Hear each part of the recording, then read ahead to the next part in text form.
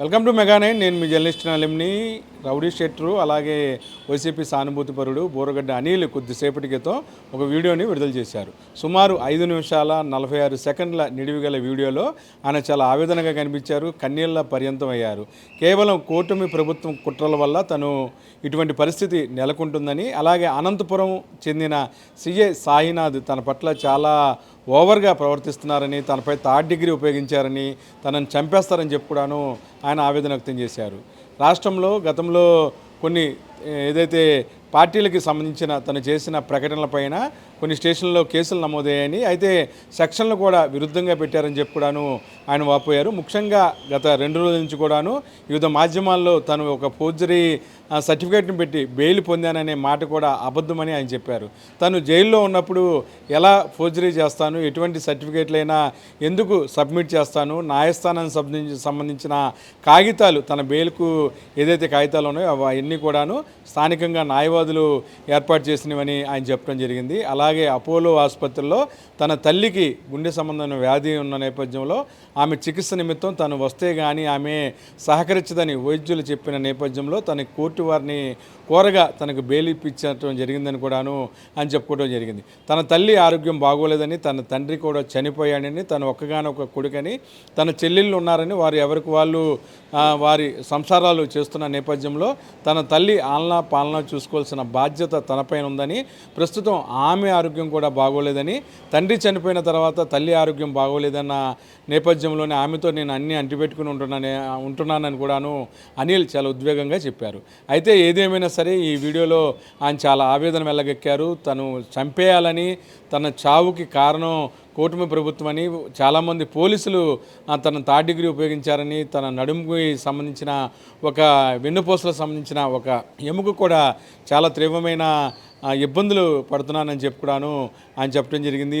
తర్వాత తన అవయాలన్నీ పెట్టడం కూడాను దెబ్బలు ఉన్నాయని, పోలీసులు తన నానా చిత్రహింసలు గురి చేశారని చెప్పి కూడాను హైకోర్టుకి ఈ విషయాన్ని తను తెలియజేస్తున్నానని చెప్పి కూడాను ఒక సెల్ఫ్ వీడియో విడుదల చేశారు. ఈ 2-3 రోజుల్లో తన బెయిల్ రద్దవుతున్న నేపథ్యంలోనే కావాలని ఉద్దేశపూరితంగా కూటమి ప్రభుత్వం ఆడుతున్న డ్రామాగా కూడా ఆయన అభివర్ణించారు. తనకి ఇటువంటి పరిస్థితి రావడానికి కారణం నారా లోకేష్, అలాగే జనసేన అధినేత పవన్ కళ్యాణ్, కూటమి ప్రభుత్వం అని ఆయన మరోసారి చెప్పారు. రెడ్ బుక్ రాజ్యాంగం అమల్లో భాగంగానే నారా లోకేష్ తదితరులు తనపై పగపట్టారని చెప్పి కూడాను ఆయన చెప్పారు. 5 నిమిషాల 46 సెకండ్ల వీడియోలో ఆయన చాలా చితికిపోయినట్లుగా కనిపించారు. ఆయన ముఖ కవళికల్లో ఆవేదన అనేది చాలా స్పష్టంగా కనిపించింది. చాలా బాధతో తన తల్లిని కాపాడుకోవాలని, తన తల్లి ఆరోగ్యం బాగోలేదని కూడా ఆయన కన్నీళ్ల పర్యంతం అయ్యారు. ఏదేమైనా సరే 2-3 రోజుల్లో దీనికి సంబంధించి వివరాలన్నీ కూడా వస్తాయని, ఫోర్జరీలు కానీ అలాగే నకిలీ డాక్యుమెంట్లు కానీ ఏది కూడా తన కోర్టులు సమర్పించలేదని, అలాగే రాజ్యాంగం అంటే తనకి తీవ్రమైన గౌరవం ఉందని, అంబేద్కర్ రాసిన రాజ్యాంగం పట్ల విధేయుడిగా ఉంటానని చెప్పి కూడాను బోరగడ్డ అనిల్ వెల్లడించారు.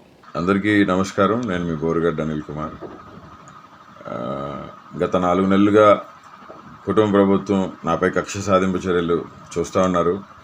ఫిబ్రవరి 14వ తారీఖు ఇంటర్మ్ బెయిల్ మీద నేను బయటికి రావడం జరిగింది.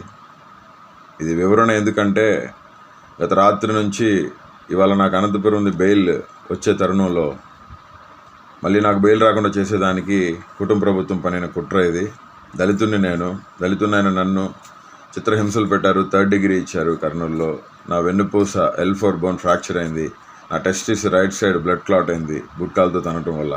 ఆల్ ఇండియా మెడికల్ సైన్సెస్ వారు నివేదిక ఇచ్చారు. ఆ నివేదికను కోర్టు వారికి సబ్మిట్ చేసాం, హైకోర్టు వారికి.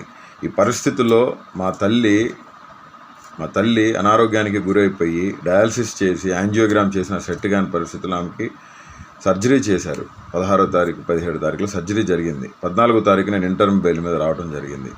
చెన్నైలో అపోలో హాస్పిటల్లో నా కన్న తల్లికి సర్జరీ జరిగిన మాట హైకోర్టు వారికి మేము చెప్పాము. హైకోర్టు వారు దాన్ని విచారించుకున్నారు. రికార్డ్స్ ఉన్నాయి మా దగ్గర. నా తల్లికి సర్జరీ జరిగింది.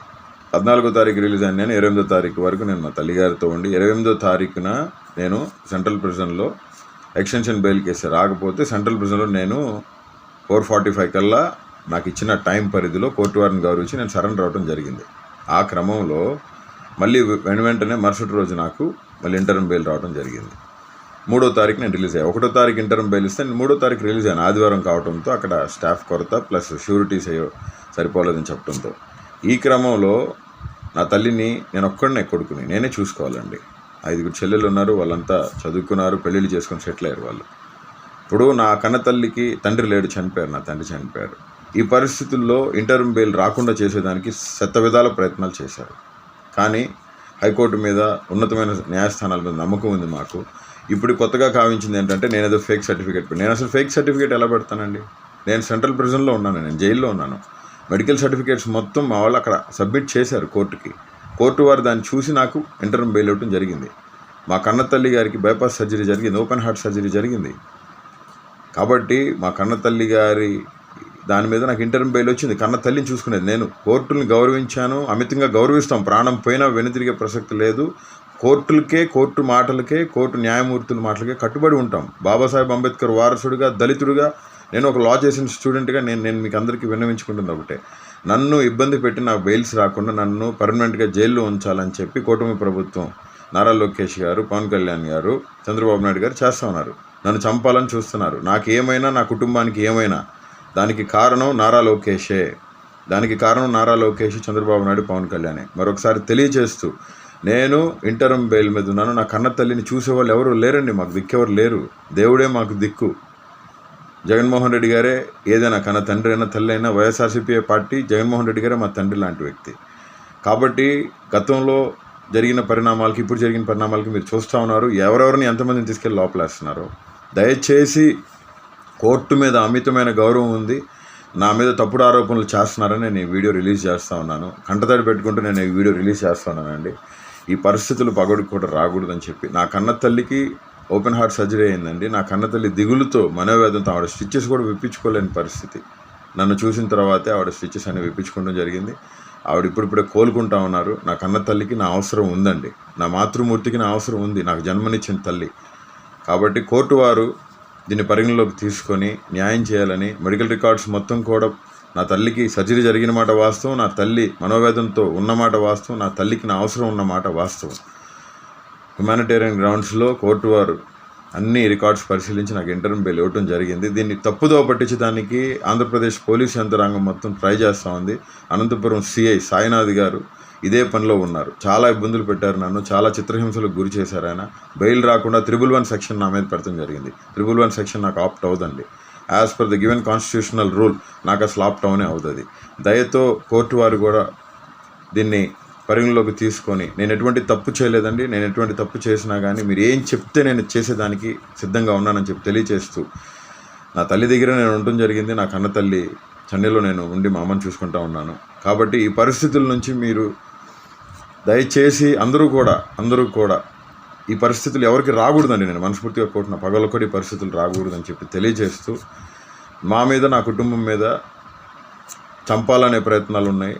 దానికి కారణం నారా లోకేష్, చంద్రబాబు నాయుడు గారు, పవన్ కళ్యాణ్ గారే, కుటుంబ ప్రభుత్వం. నాకేమైనా, నా బిడ్డలకి ఏమైనా, నా భార్యకి ఏమైనా, నా అమ్మ, నా కన్నతల్లికి, చెల్లెలకి ఏమైనా దానికి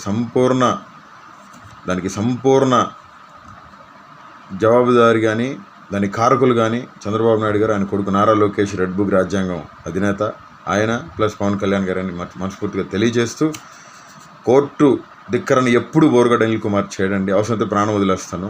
కోర్టు ధిక్కరణ చేసే వ్యక్తిని కాదు.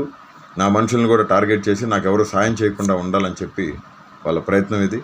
దయతో కోర్టు వారు కూడా పరిశీలించి ఈ తప్పుడు ఆరోపణలన్నిటిని కూడా కొట్టివేయాలని చెప్పి, నా కన్న తల్లిని చూసుకునేదానికి అవకాశం కల్పించాలని చెప్పి మనస్ఫూర్తిగా కోరుకుంటూ నేను మీ బోరుగడ్డ అనిల్ కుమార్. Thank you.